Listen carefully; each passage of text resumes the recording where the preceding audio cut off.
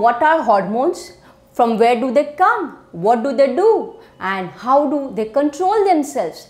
If not, then stay tuned with me. We are going to discuss that in our today's topic.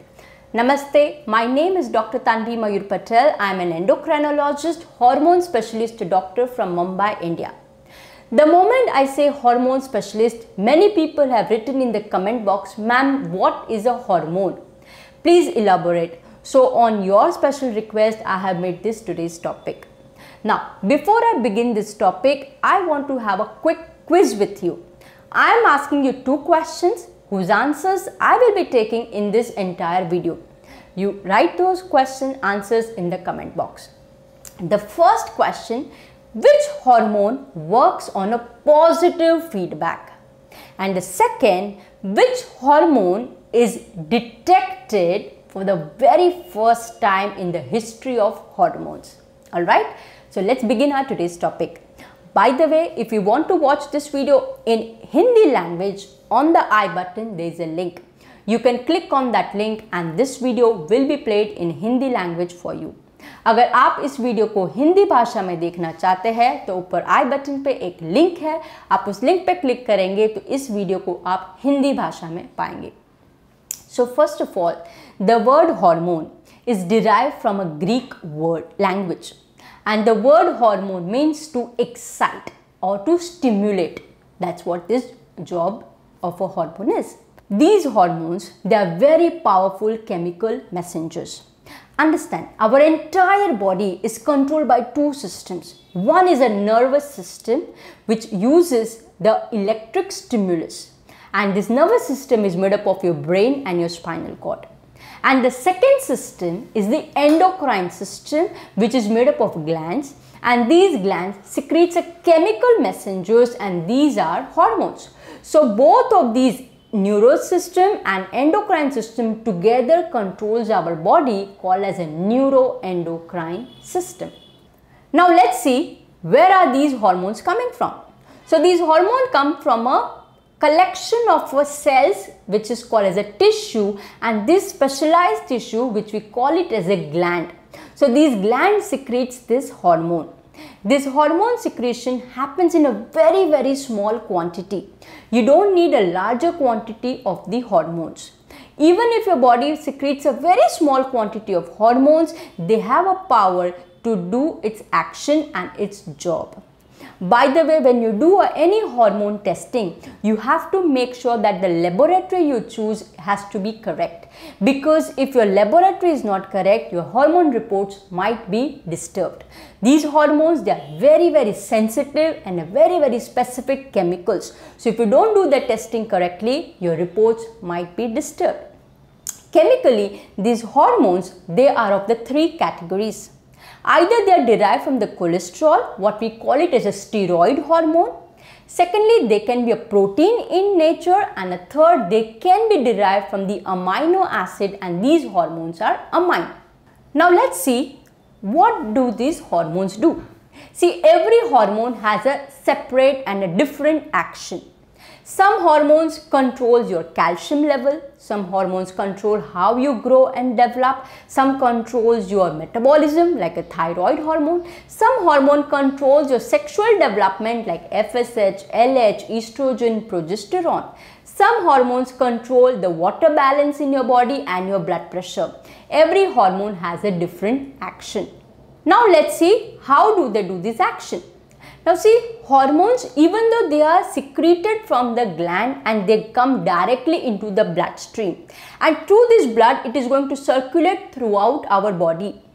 In the entire journey, it will come across many cells. However, hormones don't work on every cell. They work only on a particular target cell. It's like a lock and a key. Even if you have a one lock and 100 keys, if you try to open, it will not open unless and until the right lock and the right key matches each other. Similarly, the target cell has a special kind of areas, and these are called as a receptors.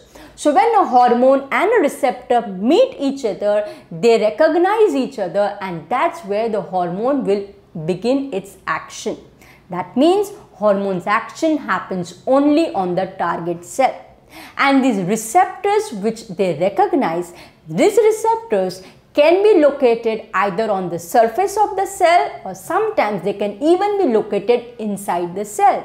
As I told you earlier that we need hormone only in a smaller quantity. What happens if your hormone goes out of the balance? See, hormonal imbalance can happen in three different situations. The first situation is when your body produces more hormone than you need, and that is called as a hypersecretion. Example of that is a Graves' disease, where your thyroid is making more than the requirement thyroid hormones.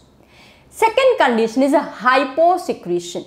Here your body is making less hormone than you need. A classical example is a hypothyroidism, where your thyroid is not making enough thyroid hormones. And the third condition is hormone resistance. Now what happens here? Your body is making enough hormone. However, this hormone and the receptor, they don't recognize each other due to some or the other reason, and that we call it as a hormone resistance. A very classical example is the insulin resistance, which can lead you into type 2 diabetes, which happens in adults, or sometimes even a PCOS, which is a polycystic ovarian syndrome, which happens in women of the reproductive age group. So these are the certain imbalances which can happen if you don't have enough of hormone. Now let's see who controls this hormone production.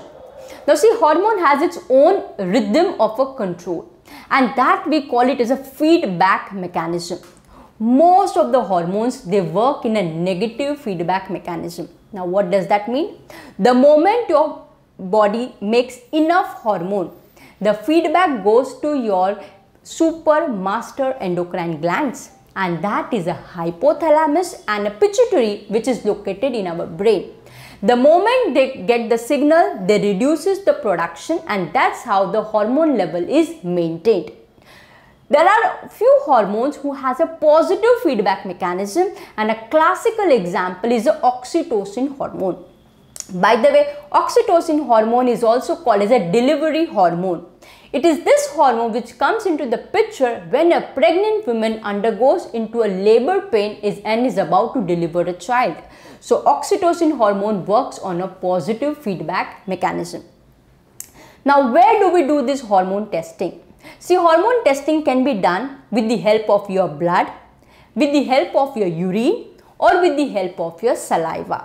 All these three methods can be, all these three fluids can be used for the hormone testing.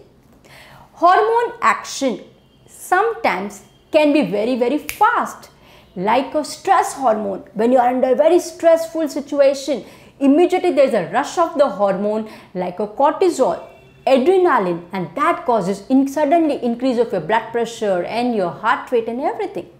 Even insulin and glucagon are a fast acting hormones. Sometimes hormone can be slow in action. It might take years for its action to show, like your growth hormone. So once you develop into a growth stage, it is a very slow process. Similarly, hormone action can be a short acting, like as I told you, the stress hormone. The moment you are out of the stressful situation, the effect of the stress hormone also goes away. And sometimes the effect of the hormone can be a lifelong, like your growth hormone.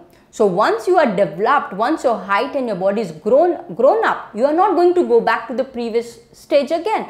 That's because the growth hormone has a long acting hormone. Now comes the answer of the quiz which I asked you at the beginning of the video. So first question I asked, which hormone works on a positive feedback mechanism? I gave you the answer, that's oxytocin. And the second question, which is the first hormone which was researched? Now in the year 1902, there are two scientists, Ernst Starling and Bayliss.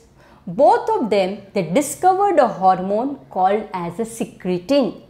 By the way, secretin is a hormone which is secreted from your stomach and your intestine as well, and these hormones helps in the proper digestion of the food. So do write these two answers in the comment box. Alright.